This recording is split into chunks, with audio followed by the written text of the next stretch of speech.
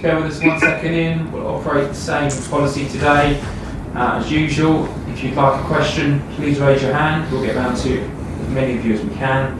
There'll be a daily section after broadcast, and then there'll be a Sunday section. So we'll go with Ian Bolton, Sky Sports News.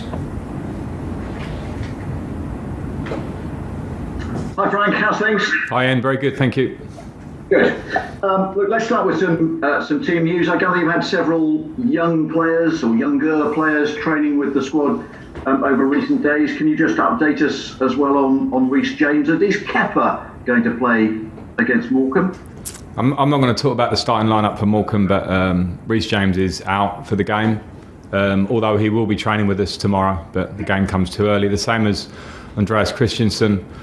And N'Golo Kante is out also, minor hamstring injury which misses this game. He's suspended for Fulham next Friday anyway, so we'll get him right.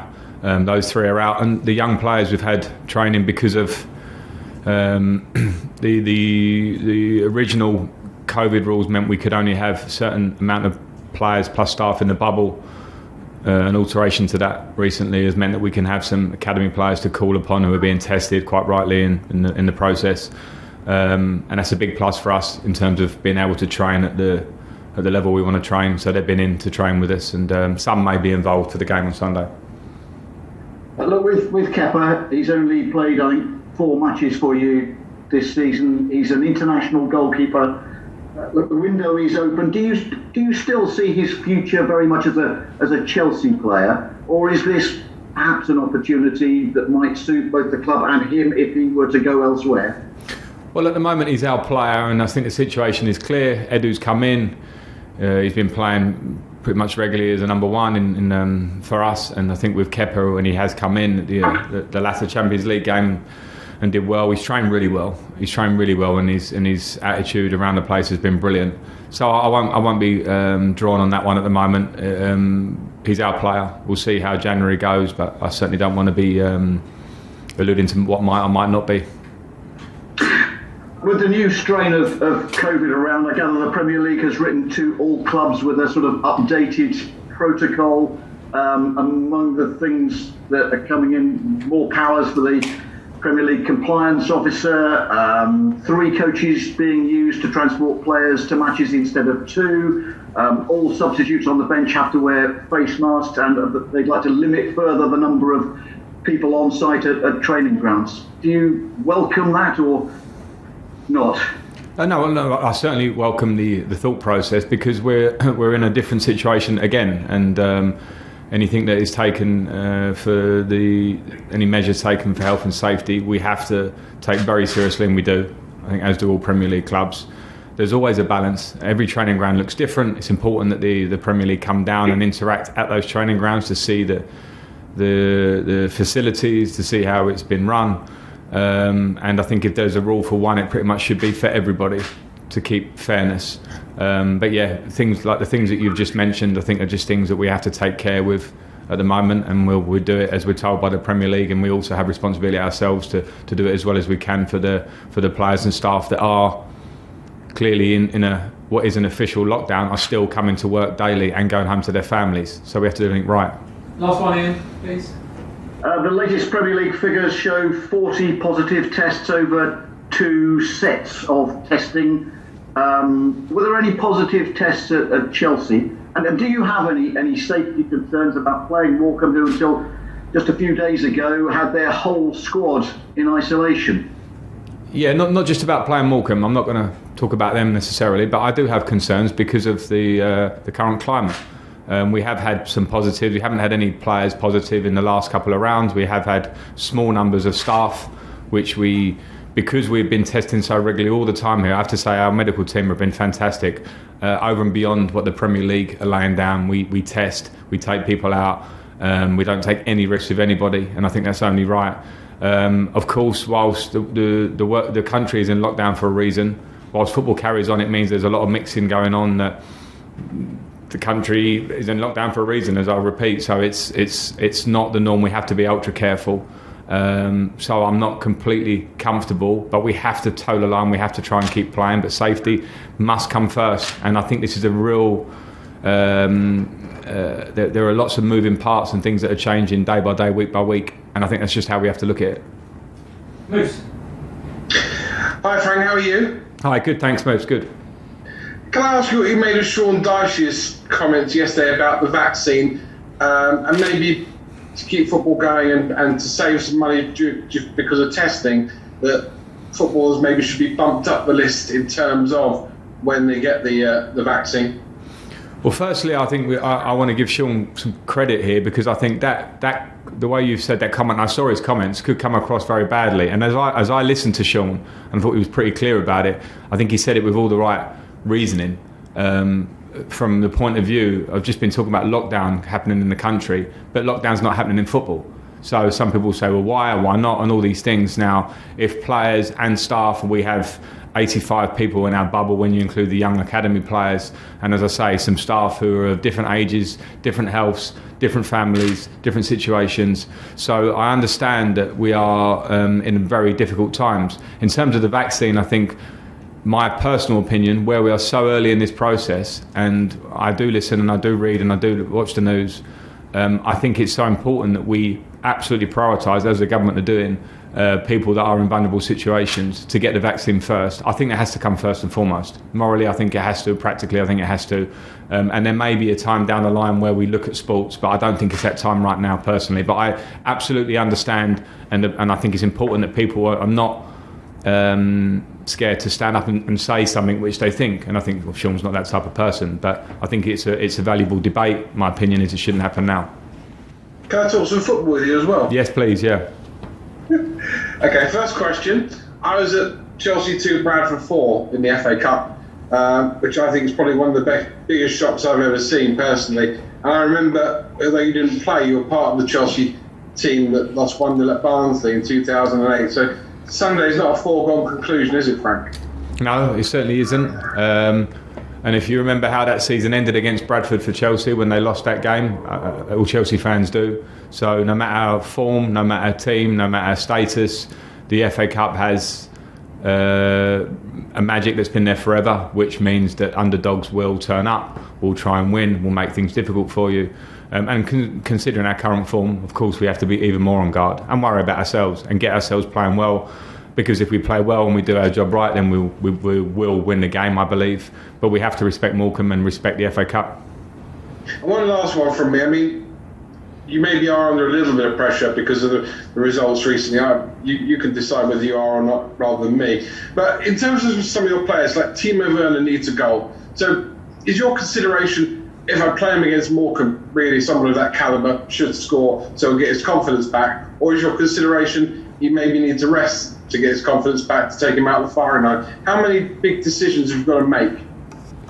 Well, to be honest, Moose, with a squad of 20 plus, a big squad of players, I have those decisions every week in different ways. So without isolating, you mentioned Timo as an example, but without isolating one player, I'm always thinking of form and fitness and what it means for the group and what it means for the individual, and that's part of my job. So I understand the point. I will take a view with Morecambe. Firstly, can we win the game? First and foremost. Secondly, are there players that need a rest? Are there players that need minutes? Are there players that need confidence? Because confidence has been hit with a difficult patch you've had recently. So I'll kind of try and balance that out through the team, but I'll pick a team to try and win the game. John Southall, 5-1. Thank you. Hi Frank. Hi Frank. How you doing? Hi John. Hi. Just talking about the confidence of the players, have you noticed a difference at all in them around the training ground? Has their confidence been hit, do you think, by what's happened over the last month or so? I think it's normal that in a difficult time, football relies so much on confidence individually and collectively. And the easy times are when confidence is flowing, 16 games unbeaten, coming out of Leeds, everyone is fine, everyone is happy, people move the ball well, pressure doesn't affect them on the pitch, they receive it and move it well. And it doesn't take long sometimes for that to change. That's top level football. So I'm not surprised to see some moments like that in game, in training. And of course then players become, they need a lift. That's my job, that's the staff's job, that's their job, because there's only way out of a dip in confidence, and that's to work hard. I don't know any other way out of a lack of confidence than to sprint your way out of it and fight your way out of it, because those are the rules of football. So you shouldn't be in this game unless you understand those moments come, and the players know that. I've been very clear with them on that, and that's where our challenge is. And just 2 points on that. Does it make your job harder? Because obviously when you're winning, it's presumably easier to keep everybody happy, but when you're not, maybe not so easy. And how does it affect you? Are you a kind of person who can just put the pressure to one side and kind of ignore it, or does it get to you as well? I think on the first point, when you have a squad as big as we do, it means I probably have more non-starters than I have starters every game in our squad, and it's only human nature that players find that tough. I found it tough when I didn't play. When you have so many, it means that you're asking probably for something a bit impossible if you ask for them to have a happy face and give everything every day and work through the week and not turn up for the business end. I think anyone in any job would say the same. You wouldn't turn up if you did your research all week and then someone took this interview away from you or a piece, or you didn't go to the game. I think that's really normal. So that's always a challenge, and I think in difficult times those challenges are always heightened for me and for the players. So that's something that we need to, if there is a little bit of edge around those times, good. Let there be edge. Let people show that they deserve to be in the team, train the right way, act the right way, and get in the team and stay in the team. So that's part and parcel of having a squad.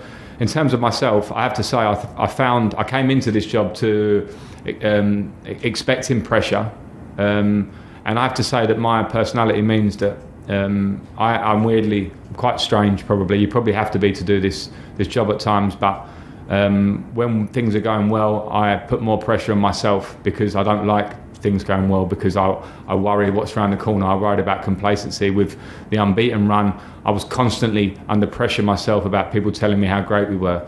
Now I find this more challenging in a good way in terms of my job, because I can find out more about myself.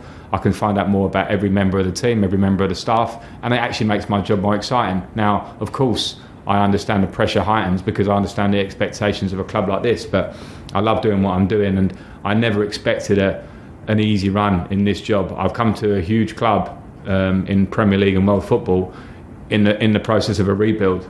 That was never going to be an easy run, so I have to expect these situations. Okay, last two in this section, Nick Purewall and then disaster finish. Nick.